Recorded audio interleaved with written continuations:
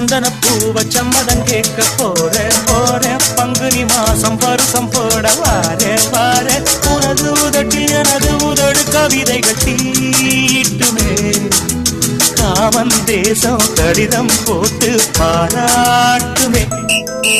சந்தன பூவ சம்மதம் கேட்க போறேன் பங்குனி மாசம் பருசம் போட வாரே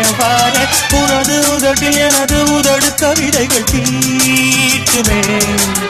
காமன் தேசம் கடிதம் போட்டு பாராட்டுமே